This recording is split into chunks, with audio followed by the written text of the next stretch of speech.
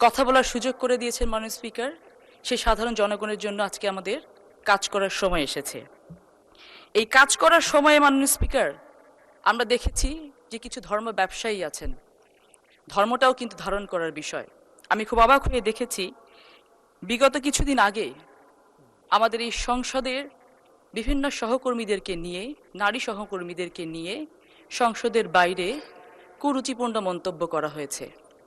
কিন্তু আমি অবাক হয়ে দেখেছি মাননীয় স্পিকার, সেটা নিয়ে আমাদের বিরোধী দলের নেতারা, সংসদ সদস্যরা, এমনকি এনসিপি যারা জেন জিকে ওন করে বলেন, তারা পর্যন্ত একটি নিন্দা প্রস্তাব আনেননি।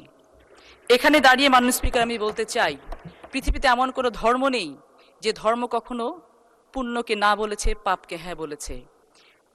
ইসলাম সব থেকে বেশি সম্মানিত করেছেন নারীদেরকে। সেই নারীদেরকে মাননীয় স্পিকার, সংসদ সদস্যরা যখন কুরুচিপূর্ণ ভাষায় মন্তব্য করে, এটি পুরো বাংলাদেশকে, নারী জাতিকে কুরুচিপূর্ণ ভাষায় মন্তব্য করা হয়।